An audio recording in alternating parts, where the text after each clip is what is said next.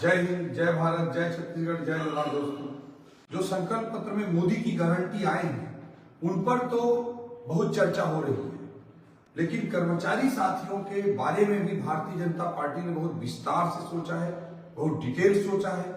उसके बारे में मैं आपके सामने कुछ महत्वपूर्ण बिंदुओं को रखना चाहता हूं। पहला चीज, हम प्रदेश के कर्मचारियों को केंद्र सरकार द्वारा दिए जाने वाले डीए के समान डीए देंगे। है महंगाई भत्ता किसी भी कर्मचारी का मैं उसे मौलिक अधिकार मानता हूं, फंडामेंटल राइट मानता हूं। इसलिए डीए केंद्र के का हो या स्टेट का हो, बराबर होना चाहिए। एक पत्र में स्पष्ट है कि केंद्र के डीए के बराबर का डीए हम प्रदान करेंगे। ये बहुत ही बड़ा निर्णय भाजपा के संकल्प पत्र में मोदी की गारंटी के तहत आदरणीय अमित शाह जी ने घोषित किया है। क्रमोन्नति, सहायक शिक्षकों के क्रमोन्नति का दूसरा महत्वपूर्ण मैटर है। दूसरा जो है कर्मचारियों की दृष्टि से महत्वपूर्ण मैटर है, वो क्रमोन्नति का है। पिछले बार आप सबको याद होगा 2018 के पहले संविलियन भारतीय जनता पार्टी ने किया। शासकीय हमारे शिक्षक साथियों के शासकीकरण का फैसला, संविलियन का फैसला बहुत ही ऐतिहासिक फैसला था, जिसे का निर्णय भारतीय जनता पार्टी की सरकार ने लिया। उसी से शिक्षकों के नियमितीकरण का रास्ता प्रशस्त हुआ। इसमें एक जो कमी रह गई थी पिछले बार, और शायद उसकी भारतीय जनता पार्टी को और हम सबको सजा भी मिली थी कि क्रमोन्नति नहीं हो पाया था। तो उस क्रमोन्नति के निर्णय को अगर किसी ने लिया है तो इस बार संकल्प पत्र में भारतीय जनता पार्टी ने क्रमोन्नति का भी ऐलान किया है अमित शाह जी के द्वारा घोषित इस संकल्प पत्र में। और यह मानता हूं कि वह कर्मचारियों की दृष्टि से बहुत ही बड़ा फैसला है। तीसरा बिंदु रखना चाहूंगा पंचायत सचिवों के संबंध में।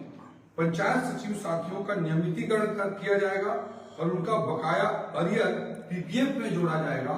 चौथा बिंदु मैं कहना चाहूंगा कि नियमितीकरण, स्थायीकरण, संविदा कर्मचारियों का, दैनिक वेतन भोगी कर्मचारियों का बहुत ही बड़ा विषय है।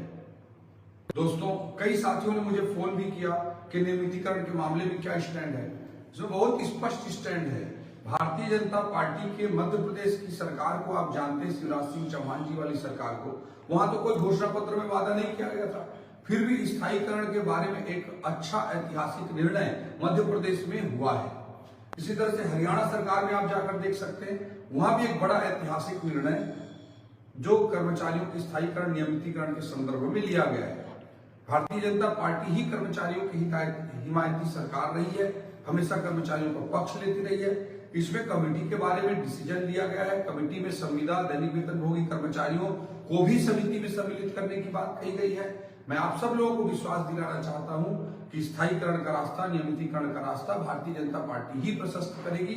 और आपका ओपी चौधरी आप लोगों के इस अधिकार के लिए हमेशा संकल्पबद्ध होकर, प्रतिबद्ध होकर ये लड़ाई आप लोगों के लिए लड़ता रहेगा। पांचवा बिंदु जो है, मितानिन कर्मचारियों के मासिक मानदेय में और 50% की वृद्धि करेंगे। ये बहुत बड़ा फैसला मितानिन दीदियों के लिए हुआ है। छठवां बिंदु में बोलना चाहूंगा, शिक्षा विभाग में कार्यरत सफाई कर्मी और मध्याह्न भोजन वाले रसोइयों के वेतन में भी हम 50% की वृद्धि करेंगे। दूसरी ओर केंद्र सरकार के मितानिन आशा कर्मचारियों को एनएचएम, नेशनल हेल्थ मिशन के अंतर्गत स्थायी किए जाने की दिशा में हम काम करेंगे। यह भी बहुत महत्वपूर्ण विषय है। और कर्मचारियों के तनख्वाह, सैलरी, इन सबको भी समय पर दिया जाएगा, तो भारतीय जनता पार्टी हमेशा करती आई है। ये कुछ महत्वपूर्ण बिंदु कर्मचारियों की दृष्टि से भाजपा के संकल्प पत्र में अमित शाह जी के द्वारा जारी किए गए हैं, जो हमारे छत्तीसगढ़ के कर्मचारी साथियों के लिए बहुत महत्वपूर्ण है। समय फिर से कहना चाहता हूं कि जो भी संकल्प पत्र के वादे हैं, भारतीय जनता पार्टी ने जो लॉन्च किया है, उसके तहत